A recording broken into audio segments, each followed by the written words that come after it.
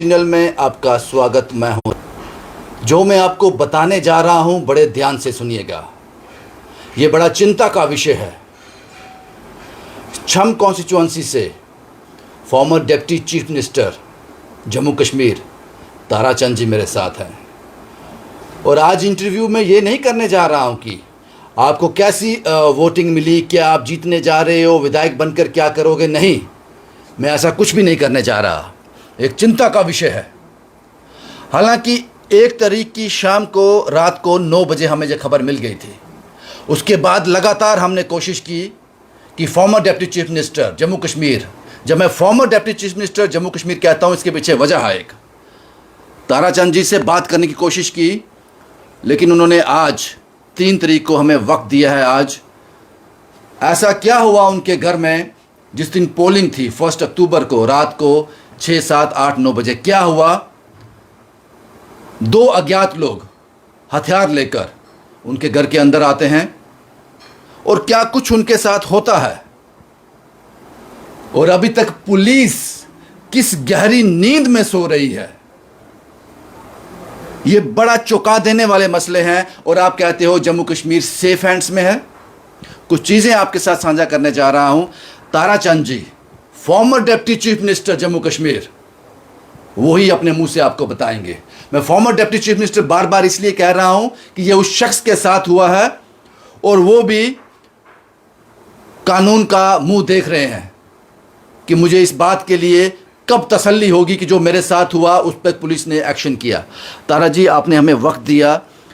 हम 1 तारीख से आपको कोशिश कर रहे हैं, आपके कांटेक्ट में आने की कोशिश कर रहे हैं। आप इस मसले पर बात क्यों नहीं करना चाहते थे? नमस्कार, आपका स्वागत है। मैं इस पे बात नहीं करना चाहता था क्योंकि कोई ये ना सोचे कि शायद बुखलाहट है, बुखलाहट में कुछ ऐसा बोल रहा है। मैं तो कानूनी कार्रवाई चाहता था। कुछ लड़के हैं, नशेड़ी भी हैं और क्रिमिनल भी हैं। वो पहले भी बहुत सारे क्राइम कर चुके हैं नशे की हालत में। उनके ख़िलाफ़ मुख्तलिफ़ कोर्ट में, मुख्तलिफ़ थानों में केस दर्ज हैं, चल रहे हैं। और डीडीसी इलेक्शन के दौरान भी वो बंदूक लेके, मैं अपने पंप पे बैठा था तो वहाँ वो बंदूक लेके आए थे। मेरे पीएसओ और गार्ड जो थे वो सतर्क थे। जब उन्होंने देखा तो उन्होंने देखा कि जो नशे की हालत में है लेकिन बंदूक लेके आए हैं, तो उन्होंने उनको वहाँ से खदेड़ दिया। और काफ़ी देर से मुझे वो नज़र नहीं आए। पूरी इलेक्शन में मैं रहा हूँ, कभी कहीं भी मुझे वो नज़र नहीं आए। लेकिन पीछे मुझे ये सुनने में आया था कि हमारे किसी एक गाँव की शादी थी, वहाँ जाके उन्होंने हल्ला गुल्ला किया था और वहाँ कहा था कि इस दफ़ा इलेक्शन आएगा तो हम पूरी की पूरी मैगज़ीन जो है वो ताराचंद में खाली कर देंगे। और जब जिस दिन पोलिंग हो गई तब तक वो मुझे नज़र नहीं आए। मैं अपने वर्करों के साथ बैठा था। वर्कर्स लिस्टें लेके आए थे, मेरे से बात कर रहे थे। तो मैंने उनको कहा, काफ़ी दिनों से आप लोग भी थके हो, मैं भी थका हूँ, आप भी जाइए आराम करिए, मैं भी आराम करूँगा। तो काफ़ी सारे लोग, जो सैकड़ों लोग थे, वो निकल गए। 10-15 लोग मेरे पास सीनियर जो थे वो बैठे रहे। ये अचानक से अंदर आके दरवाजे के पास सोफे पे 2 लड़के बैठ गए और एक खड़ा रहा। 3 लोग थे। 3 लोग जो अंदर आए और मुझे पता चला कि बाहर भी 2-3 लोग बाहर भी उनकी गाड़ी में थे। और वो इतना फोर्स मुझे करने लगे कि 1 मिनट के लिए बाहर आओ, 1 मिनट के लिए बाहर आओ। मुझे पता था ये क्रिमिनल हैं और ये कुछ ना कुछ करने आए हैं। अब मैं इधर उधर देख रहा था कि मेरे पीएसओ कहाँ है, क्या है। मैंने रिस्क किया। मैंने कहा मैं इस वक्त उठूँगा नहीं, बाहर नहीं आ सकता हूँ, मैं थका हूँ, मेरे से बात करनी है तो कल आना। पीएसओ नहीं थे उस वक्त आपके पास? पीएसओ उस वक्त नहीं थे, वो खाना वाना खाने गए थे। तो जब बार बार मैंने उनको कहा तो वो मेरे जो वर्कर थे वो भी देखने लगे कि ये कोई शराबी है। उन्होंने उनको खदेड़ के निकाला। वो जब यहाँ हाथ डालने लगे तो तब तक वर्करों ने उनको धक्के देके बाहर निकाल दिया था। और वहाँ से वो गाली देते निकले हैं अपनी गाड़ी मोड़ के। और 200-300 मीटर आगे जाके हवाई फायर की आवाज़ भी हमने सुनी वहाँ। और मैंने एसएचओ को फ़ोन करके बुलाया था। उसको पूरी कार्रवाई मैंने बताई कि ऐसे ऐसे है। SHO कौन से इलाके के हैं? ये SHO खोड़ हैं। अच्छा, फिर ठीक है। उनको बुला के मैंने पूरी बातचीत उनको बताई कि ऐसे ऐसे जो मेरे साथ हुआ है, ये सिक्योरिटी लैप्स भी है और शराबी लोगों का अंदर आना और क्रिमिनल लोगों का वेपन के साथ अंदर आना ये ठीक बात नहीं है, इस पर कार्रवाई की जाए। वहीं से मैंने हायर अथॉरिटी से भी, पुलिस की हायर अथॉरिटी से भी टेलीफोन पे बात की और मुझे हैरानगी है कि अभी तक कोई कार्रवाई जो होनी चाहिए थी वो नहीं हो रही है। मुझे पता चला है कि कल भी उन्होंने शायद मेरे घर की तरफ चक्कर लगाया है, घर के बाहर वो कल भी घूम रहे थे और वर्कर भी डर चुका है। वो कहते हैं कि अगर आप सेफ़ नहीं हो, आपके इतने हादसे के बाद भी अगर कार्रवाई नहीं है तो हम तो गाजर मूली हैं, हमें तो ऐसे ही कोई काट के फेंक देगा। तो वर्करों में गुस्सा भी है। कल वो मुझे बहुत उन्होंने कंपेल किया था कि हमें जाने दो, हम बाज़ार बंद करेंगे, हम रोड ब्लॉक करेंगे। मैंने कहा ये अच्छा नहीं रहेगा। लोग कहेंगे इलेक्शन हुई है, पता नहीं ताराचंद को कोई हारने का डर है या कुछ ऐसी बात है, तो ये बुखलाहट में सारा कुछ करवा रहा है। मैंने उनको मना कर दिया कि बिल्कुल ऐसा कुछ नहीं करना है। मुझे उम्मीद है कि हमें इंसाफ मिलेगा। उसके बाद मैंने IG साहब को और DG साहब को लेटर लिखी है और उसकी कॉपी मैंने चीफ इलेक्शन कमीशन को भी भेजी और इलेक्टोरल ऑफिसर को भी भेजी। इलेक्टोरल ऑफिसर का रिस्पांस आया है कि उन्होंने SSP साहब को वो फॉरवर्ड की है अपना लेटर लगा के और हम अभी उम्मीद में हैं कि उसकी कार्रवाई होगी। और मैं ये जानना चाहता हूँ कि आखिर उनको मेरे साथ क्या दुश्मनी है, उनको कौन पीछे से ये बहका के भेज रहा है कि आप ऐसा करो, क्योंकि मेरी तो पर्सनल कोई दुश्मनी उनसे है नहीं, मेरी किसी के साथ भी दुश्मनी नहीं। मेरा जो सियासत करने का ढंग है वो बाकी लोगों की तरह से अलग है। मैं किसी जाति पाति पे विश्वास नहीं करता, किसी पार्टी पे। मेरे पास जो भी आता था मैं सबके काम करता था, लेकिन मुझे ये है कि पीछे से किसी का उनको बैक है। वो किसका बैक है, कम से कम पकड़े जाएं, इंटेरोगेट किया जाए, किसने उनको बहका के ये करने के लिए भेजा है। ताराचंद जी, आप फॉर्मर डिप्टी चीफ मिनिस्टर रह चुके हो, आपको ये बात सोचकर हैरानगी नहीं होती कि आपके घर में इस तरह का हादसा हुआ, SHO साहब आपके पास पूरी जानकारी लेकर गए, उसके बाद भी अभी तक कोई भी कार्रवाई नहीं हुई? हैरानी होती है इस बात को लेकर? आप चाहते हो कार्रवाई हो? आप कार्रवाई चाहते हो या आपने खुद बोला हुआ कार्रवाई मत करो? ये सेकंडों का फ़र्क था। हाँ। जो मैंने देखा है, महसूस किया है, ये आई विटनेस आपको बता सकते हैं। अगर मैं थोड़ा सा भी उठ के उनकी तरफ, दरवाजे की तरफ बढ़ता तो वो फायर करके निकलते हैं। वो डरते रहे हैं कि 10-15 लोग जहाँ बैठे हैं, अगर हमने फायर किया तो जो हमें पकड़ लेंगे। उस डर के मारे से उन्होंने अंदर फायर नहीं किया, इसलिए वो बाहर मुझे बुला रहे थे, डर के मारे कि हमें लोग पकड़ लेंगे।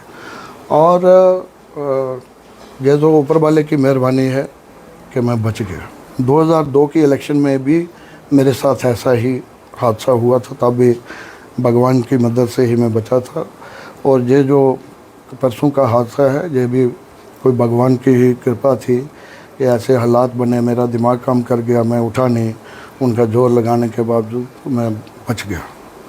और मुझे हैरानगी है कि अगर मेरे जैसे बंदे के साथ इतनी नाइंसाफ़ी है तो आम नागरिक जो है वो कैसे सेफ़ रहेगा। अब जितना डर हमारे वर्करों में है, उनको भी थ्रेट दिए जा रहे हैं, हम तेरे को देखेंगे, हम तेरे को देखें, इन लोगों की तरफ से, तो मैं समझता हूँ ये अच्छा नहीं है। मेरी पुलिस से और गवर्नमेंट से अपील है कि कम से कम दूध का दूध, पानी का पानी होना चाहिए। इस हादसे के बाद, ये जो हादसा आप बता रहे हो, इस हादसे के बाद कितनी देर में SHO खोड़ आपके पास पहुंच गए, आपके साथ बैठे हुए थे?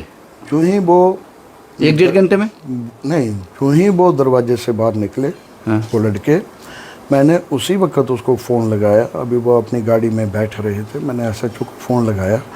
उसने कहा मैंने आपके घर के बाहर पेट्रोल पंप की तरफ नाका लगाया है, मैं यहीं पे हूँ, मैं अभी आता हूँ। उसका फ़ोन काट के मैंने DSP को फ़ोन किया तो DSP ने भी उसको बोला कि फ़ौरन उनके पास जाओ। वो हार्डली 5 मिनट के अंदर अंदर मेरे पास पहुँचे।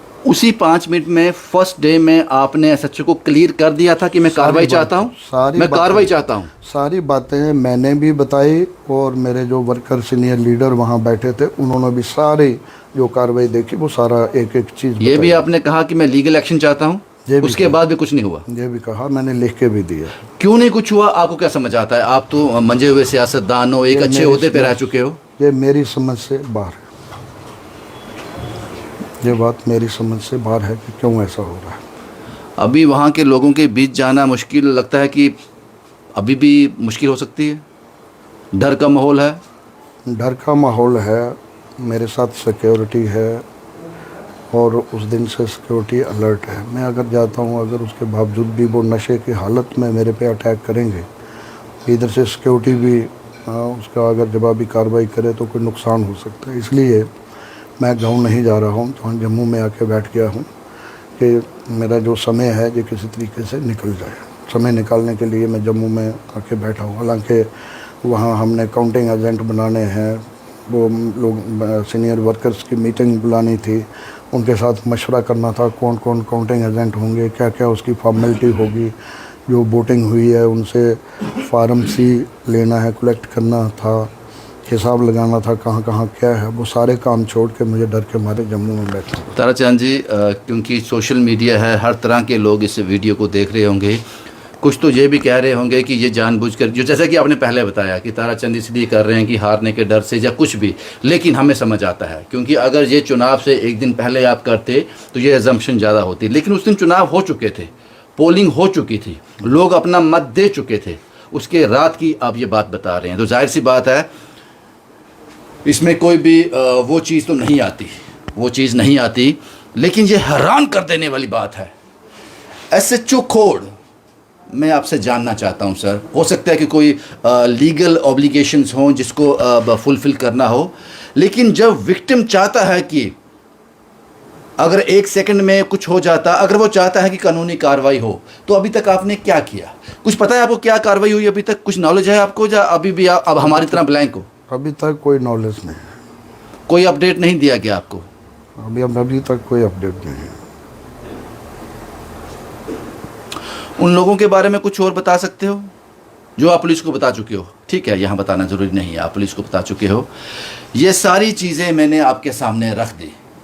पोलिंग के बाद, चुनाव मतदान ख़त्म होने के बाद, रात को थके हारे जब ताराचंद जी अपने लोगों के साथ अपने घर में थे, वहाँ ये 3 लोग जो उन्होंने बताया वो आए। ये एक दिन पहले बताते, पोलिंग से पहले, तो हमें भी लगता, डाउट होता कि शायद लाइमलाइट में आने के लिए हो रहा है। लेकिन मतदान खत्म होने के बाद जब इस तरह की चीज़ सामने आती है तो जाहिर सी बात है वोट तो हो चुके, फैसला तो लोगों ने कर लिया। अब सवाल मुझे कानून से है, जम्मू कश्मीर पुलिस से है, खोड़ से है, खोड़ के SHO से है। क्या आपको ताराचंद जी ने मना किया था कोई कार्रवाई नहीं करनी है, या फिर यह फैसला आपने खुद किया? जवाब ज़रूर दे देना, इस जवाब का हमें इंतज़ार रहेगा। और एक बात और, अगर farmer deputy chief minister Jammu Kashmir के साथ इस तरह का हादसा होता है, उसके बाद कानून कोई कार्रवाई नहीं करता है, तो मैं और आप कहां स्टैंड करते हैं ये आप सोच लीजिए। शुभम कुमार के साथ Ravindra Singh, the state sentinel के लिए।